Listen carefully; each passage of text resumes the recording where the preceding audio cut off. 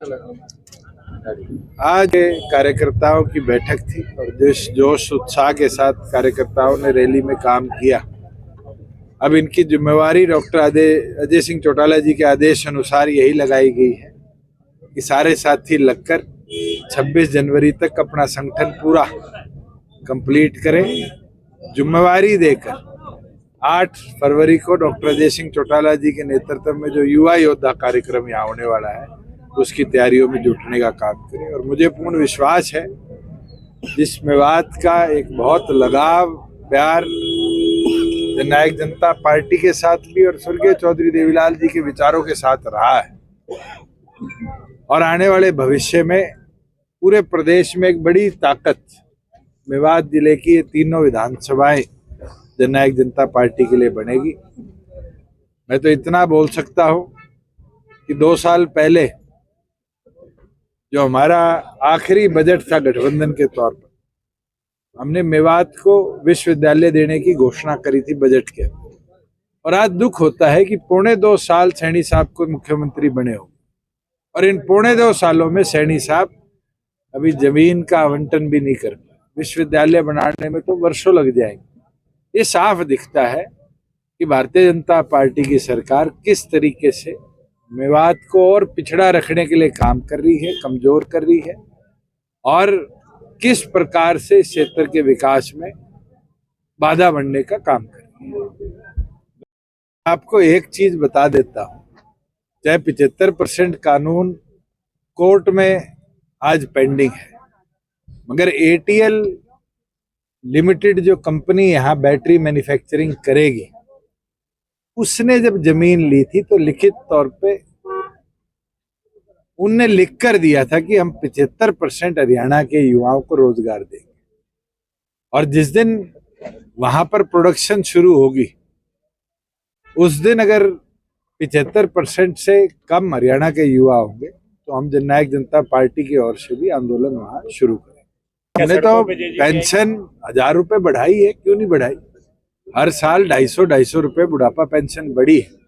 तो सैनी साहब ने अब कहा था 200 बढ़ाऊंगा 1 नवंबर से, आज 2 महीने हो गए, 1 रुपया बढ़ाने का काम नहीं किया।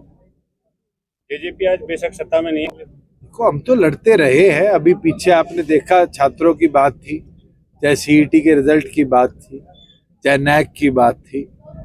पार्टी का कार्यकर्ता हमेशा आमजन के हित के लिए लड़ाई लड़ेगा, और मैं तो ये विश्वास रखता हूं मेवात हमारा गढ़ रहा है।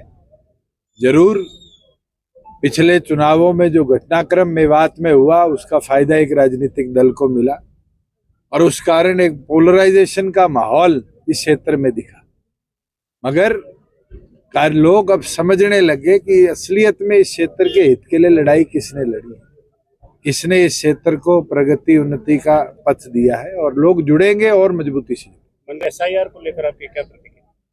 नाम बदलना योजनाओं का ये तो पुरानी प्रथाएं रही है।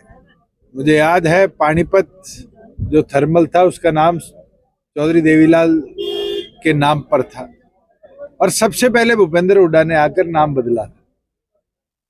आज देखने की जो बात है कि काम के बदले अनाज जो चौधरी देवीलाल जी ने शुरू करी थी और जिसको यूपीए मनरेगा के तौर पर लाई थी, उसके अंदर काम करने पे पैसा मिलता था। स्टेट और सेंटर का शेयर डिवीजन पे ज्यादा ध्यान नहीं दिया जाता।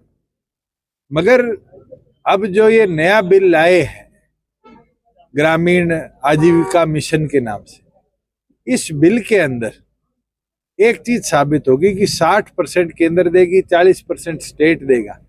ये मंशा साफ है कि स्टेट्स के पास पैसा नहीं है, केंद्र पैसा देना नहीं चाहती, तो इस परियोजना को धीरे धीरे रोकने के लिए इस तरह के कदम उठाए गए। एसआईआर वोट रिवीजन होनी चाहिए। बहुत से आपके यहाँ भी लोग होंगे जिनका निधन हो गया, बहुत से ऐसे लोग एटीएल के कंस्ट्रक्शन के दौरान यहाँ शिफ्ट भी हुए होंगे, उनके वोट बढ़े हैं, उनकी एडिशन होनी चाहिए, जिनके कटे हैं उनकी सब्ट्रैक्शन होनी चाहिए।